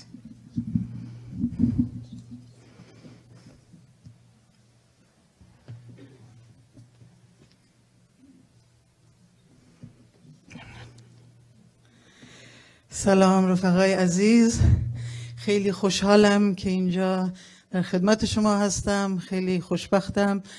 دوستای قدیمی دیدم و خیلی چهره‌های جدید و دوستایی که رو اینترنت و روی سوشیال میدیا باشون آشنا بودم اینجا میبینم. بسیار خوشبختم و قبل از اینکه شروع کنم دلم میخواد بگم که چقدر خوشحالم رفیق عزیز ما رخشنده بلوری اینجا هستن پهلوی ما و این رفیق مبارز که من افتخار اینو داشتم که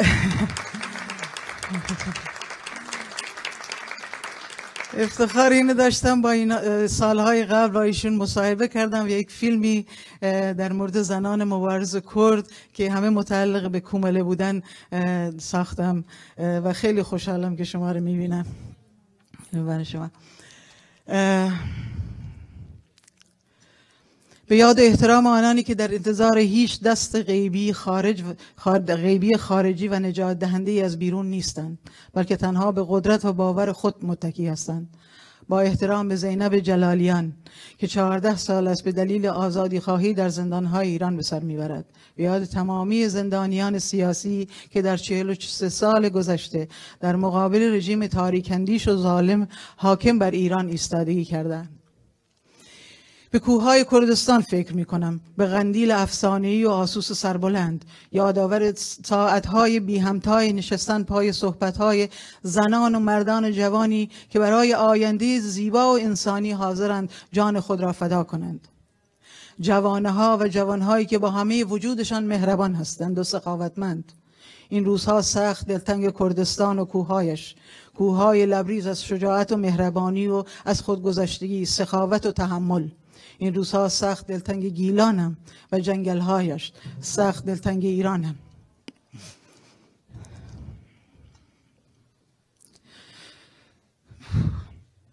قندیل، کوههایی که خاطره هزاران هزار جوان شیرده را ببخشید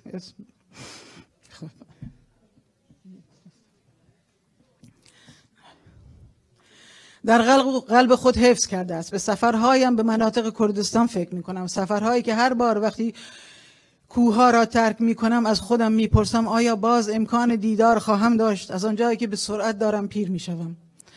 سراغ عکس هایم که یادگار سفرهای کردستان هستند میروم و باز برای چندین و چندمین بار نگاهشان میکنم. صورتهای زیبا و مهربانی که با هر کدامشان در مدتی کوتاه انگار یک عمر دوستی داشتم. به چشمهای عمیق و مهربانشان خیره میشوم و داستانهایی را که برایم تعریف کرده‌اند را دوره میکنم. دلم بیشتر برایشان تنگ میشود. به حوالانم که در کوههای قندیل و آسوس ملاقات کردم فکر میکنم و نگرانم. به کوههای سربلند کردستان که چگونه بمباران بیرحمانه و غیر انسانی دولت‌های فاشیست ترکیه، ایران و سوریه را تاب میآورند. به دختران و پسران جوانم فکر میکنم، به قهرمانانی بی ادعا که داستانهایشان را باید گفت و گفت تا روزی فرا رسد تا دیگر جوانی برای فردای بهتر جان عزیزش را فدا نکند. مثل داستانهای زندگی جوانان شجاعی که در خیابانهای سراسر ایران از کردستان گرفته تا بلوچستان الاهواز و جان عزیزشان را فدا می کنند تا آینده مهربان عادلانه بسازند. ژن آزادی، شعاری الهام گرفته از مبارزه زنان کرد در حداقل 3 دهه اخیر، شعاری که شیرین علم‌هولی بر دیوار سلولش نوشته بود. و تنها با دهنین این شعار کم نظیر در قبرستان سقز بود که ایران به درکی عمومی و فراگیر رسید، به خردی جمعی و غیر قابل بازگشت. بدون آزادی و برابری برای زنان، بدون آزادی برای کردستان و بلوچستان و الاهواز و تمامی ملت‌های ساکن ایران، برابری و عدالت برای هیچ کس وجود نخواهد داشت و ممکن نخواهد بود. همان گونه که عمیقاً فکر می‌کنم تنها رهایی ما از بی‌عدالتی انقلابی است که جهان را برای تغییر واقعی به حرکت درآورد. رفقای عزیزم، من به هیچ وجه تحلیلگر نیستم. در اینجا به عنوان یک قصه‌گو حضور دارم. فکر می‌کنم آشنایی با داستان‌های زندگی ما را به هم نزدیکتر می‌کند. سال‌هاست داستان‌های زنان مبارز کرد را جمع می‌کنم، عکس می‌گیرم و صدا و ویدیو مستند می‌کنم. بنابراین اینجا هستم تا داستان‌های آنها را بگویم. در داستان‌های زندگی زنان به دنبال حقیقت مبارزه و آزادی خواهی و عدالت هستم. با پیمان ویان و حوال همراهش اولین بار در سال 2015 در سلیمانیه آشنا شدم. جوانی خوشرو و مهربان که خودش را عضو پژاک معرفی کرد. از همان اول صمیمی شدیم. از باورها و نگاهمان به اطرافمان و دنیا بازم آرومتر تموم نمیشه. دنیا حرف زدیم. تقریبا هر روز همدیگر را میدیدیم و هر روز اعتمادشان به من بیشتر میشد تا بالاخره در یک صبح مطبوع پاییزی زنگ زدند و خواستند قراری برای صحبت بگذاریم. با کمال میل قبول کردم و سر قرارمان رفتم. بعد از کلی گفتگو و سوال در آخر از من پرسیدند آیا دوست داری برای ملاقات حوالان به قندیل بیایی؟ از خوشحالی سر از پا نمی شناختم. به قول قدیمی ها کور از خدا چه می خواهد دو چشم بینا. بیدرنگ گفتم البته. در پوست خود نمی گنجیدم و دیگر انگار 55 ساله در آن زمان از سنم می گذرد. حتی موهای سفید هم در آینه نمی توانست مرا مجاب کند که دیگر 19 ساله نیستم.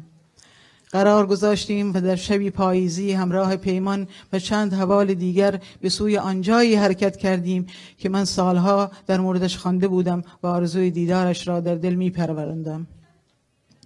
کوههایی که از آن به بعد هر بار به کردستان سفر کردم آغوش مهربانش برایم باز بود و هر بار پیمان و جوانا یار راهها و کوههای من شدند.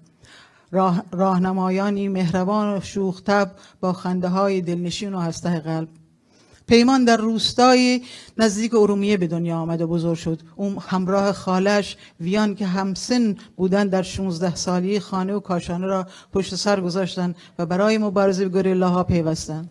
خودش تعریف میکرد 14 ساله بودم که ویان با حوالها تماس گرفت و اعلام کرد برای مبارزه حاضرند. البته PKK قبول نکرد و گفت هنوز خیلی جوان هستید و بهتر فعلا به درس و مدرسه بپردازید. به قول خودش گفت 2 سالی دیگر من و خالم زندگی دور از کوه و حوالها را تحمل کردیم، ولی وقتی هر دو به 16 سالگی رسیدیم دیگر تحمل زندگی در ایران برای من سخت بود. به حزب اعلام کردیم قبول کنید یا نه ما به کوه خواهیم آمد و رفتند. پیمان از خالش ویان میگوید: انسانی شجاع، شاعری فوق‌العاده و خواننده‌ای با صدای بهشتی. ویان در سال 2014 به روژاوا می رود تا در کنار مردم روژاوا علیه خشونت داعش و رژیم اسد مبارزه کند. ویان در درگیری رو در رو با داعشی‌ها جان خود را از دست می دهد. دردی بزرگ برای پیمان که عزیزترین و نزدیکترین انسان زندگیش را از دست داد. با صدای مهربان گفت: درست من عزیزترین کسم را از دست دادم، ولی این درد مرا برای مبارزه جری‌تر کرده و میدانم اگر یک ویان شهید شد حتما صدها ویان دیگر راهش را ادامه خواهند داد. کاوانگا اگری را اولین بار در سال 2015 در کوههای منطقه آسوس دیدم. منطقه‌ای که چند ماه بعد از برگشت من به کانادا دولت ترکیه به مدت 1 ماه شبانه روز آنجا را بمباران کرد. کاوانگا جوانی ساکت و پرکار بود. لحظه‌ای بیکار نمی نشست. در پاییز 2015 بیشتر از چند کلمه‌ای با او حرف نزدم. تنها از دور مرا نگاه می‌کرد و لبخند می‌زد. من هم تلاش می‌کردم مزاحمش نشوم، اما اجازه خواستم از او عکس بگیرم. در حالی که برای شام گروه سیب زمینی را قاچ قاچ می‌کرد عکسش را گرفتم. در آن روزها هرگز به فکرم هم خطور نمی‌کرد که چه به سر این دختر آمده. بهار 2018 وقتی همراه جوانان به کمپی در کوههای نزدیک پنجون رفتیم، در بین رفقا که از چپ و راست و بالا و پایین برای خوش آمد به ما می آمدن صورت مهربان کاوانگا را شناختم. او بلافاصله مرا شناخت. او را در آغوش گرفتم و گفتم چقدر از دیدنش خوشحالم. گفت فکر نمی کردم مرا به خاطر داشته باشی.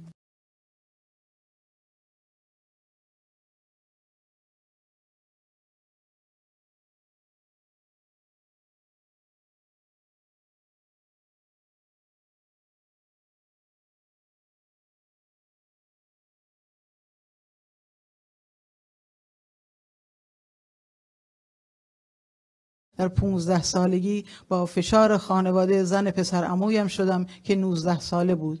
بعد از ازدواج صاحب دختری شدم. خانواده شوهرم مرا مورد آزار و اذیت قرار می‌دادند و چند باری برگشتم به خانه پدری و تقاضای طلاق کردم. زندگی سخت بود و خانواده شوهر دخترم را از من گرفتن و من هم ماندن در آن شرایط برایم امکان نداشت. با گوریلاها تماس گرفتم و آمدم کوه. در سال 2015 که مرا دیدی تازه ملحق شده بودم. خیلی وقتها به دخترم فکر می کنم و دلم برایش تنگ می شود. اما نمی خواستم دخترم ببیند مادرش یک زن توسریخور و ضعیف است. اوایل شاید سخت باشد، ولی مطمئنم وقتی بزرگتر شود حتما شرایط من را درک می کند و مطمئنم به من افتخار خواهد کرد که مبارزه را به جای سرپایین انداختن و حقیر زندگی کردن انتخاب کردم. سما 28 ساله که از دوران نوجوانی عضو PKK بوده کم حرف میزد، اما با همه وجود به دیگران توجه میکرد و مهمان نوازی. معمولا وقتی به سفرهای این چنینی میروم کم میخوابم. دلم میخواد از تمام لحظه ها برای دیدن و نفس کشیدن در آن فضا استفاده کنم. با وجودی که شب دیر خوابیده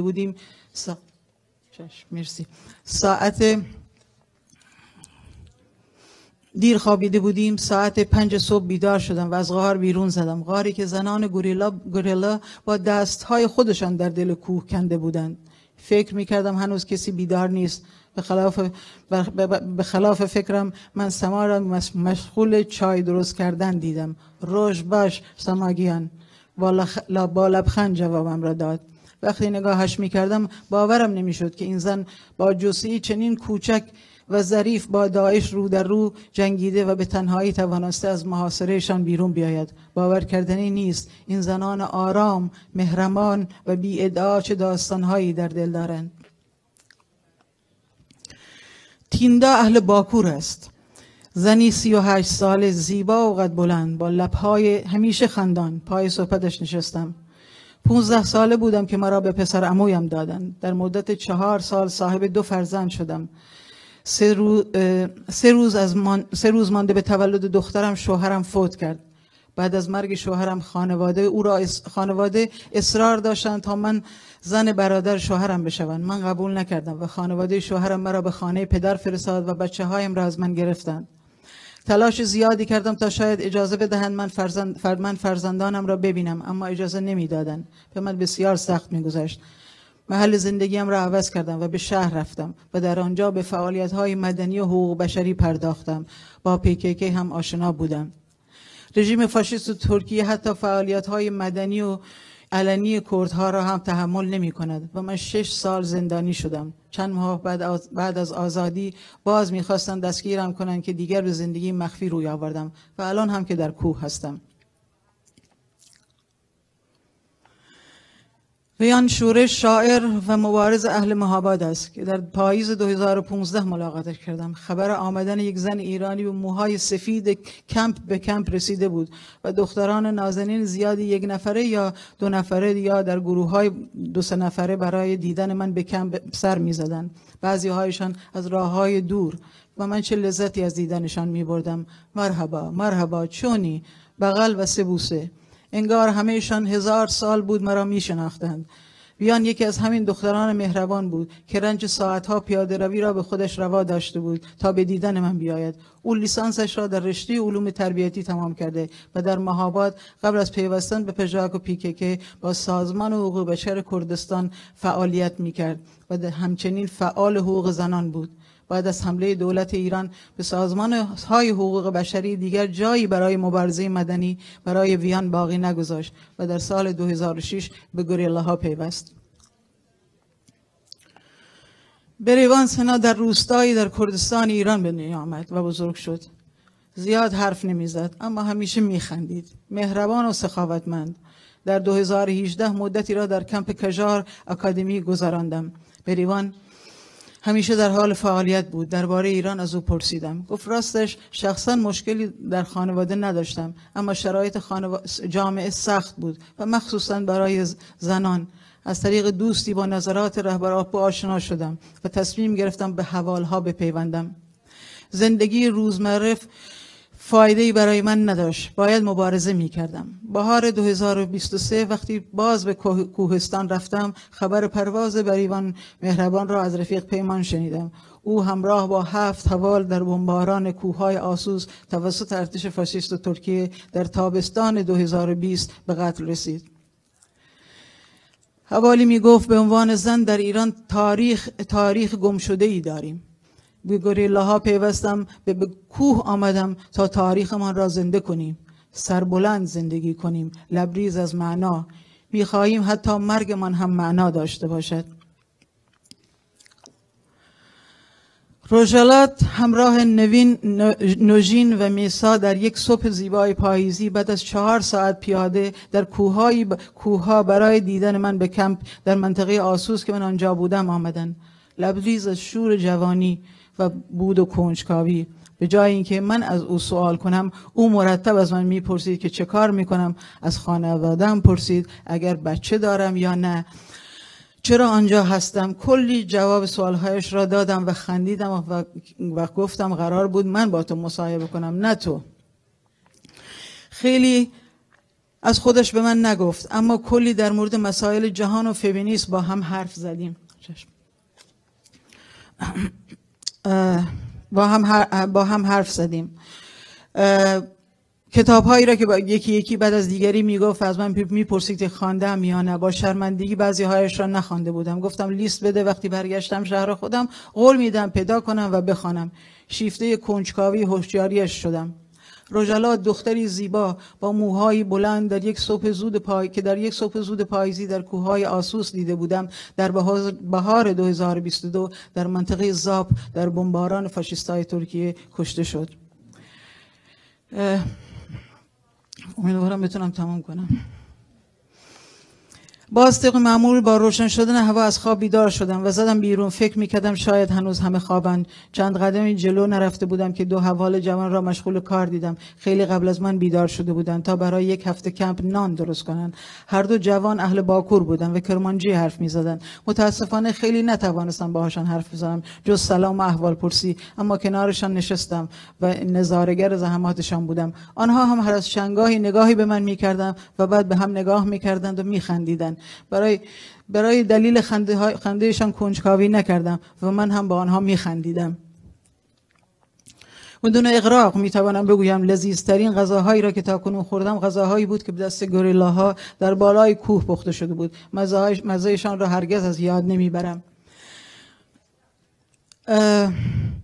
جز جدایی ناپذیر، اما چای جز جدایی ناپذیر گرد همایی هایمان بود. شبها وقتی قرار بود کسی بیرون از چادرها و غار نباشد تا مبادا نور و اشعه‌ای توجه جنگنده های ترک را جلب کند، زمان گرد همایی گفتگو درباره اخبار و روز و تعریف کردن خاطره و البته نوشیدن چای. از وقتی به غرب آمدم یادم نمیاد انقدر چای و قند نوشیده باشم، اما با حوالان چای نوشیدن هم حال و هوای دیگر دارد. یادش بخیر.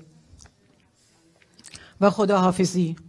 سخت‌ترین و غمگین‌ترین دقایق سفرم. یکی یکیشان را بغل میکنم و میبوسم. میگویم مواظب خودتان باشید. کم کم دارم خیلی پیر میشوم و نمیدانم دوباره کی میتوانم شماها را ببینم. آرزو کردم ای کاش به زودی از دست فاشیست های منطقه خلاص شویم و من برگردم گیلان و همه ایتان را دعوت کنم بیایید پهلوی من تا در کنار دریای خزر با هم قدم بزنیم، آبتنی کنیم، ماهی کباب کنیم، چای بنوشیم و یا شراب. مقاومت زندگی است. متشکرم.